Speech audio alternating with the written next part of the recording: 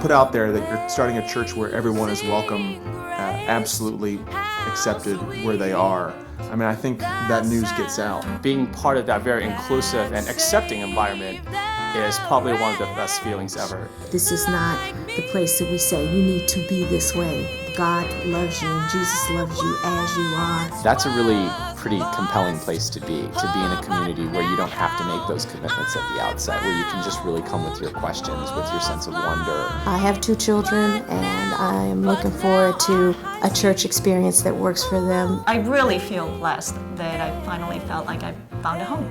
We started last July with Trey and I and our families, so we were under 10 people, and we had this vision for what this church could become. And it was all on paper, and we got really excited about the kind of church that we wanted to build. Right now we have 2 or 3 small groups that are meeting on an ongoing basis.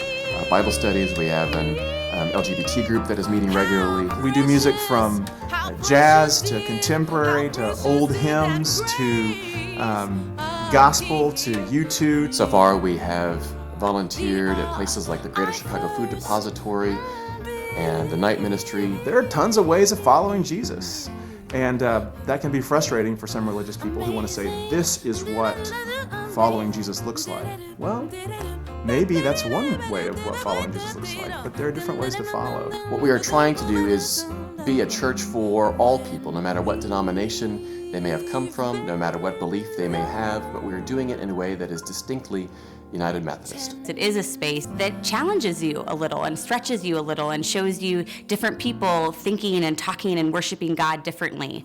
And that's a good thing. I've met people that I think hold really different beliefs than I do, and yet who've given me pause and made me think, and that's really exciting. That feels challenging to me. The sermons are relevant, and that's not something that I had necessarily had experience with in the past. Jesus was one who welcomed all to the table. You don't have to be anything besides who you are at this church. It's a fun place to be. Faith does actually make a difference in the way you live, in the way you experience the world, in the way you love and allow yourself to be loved.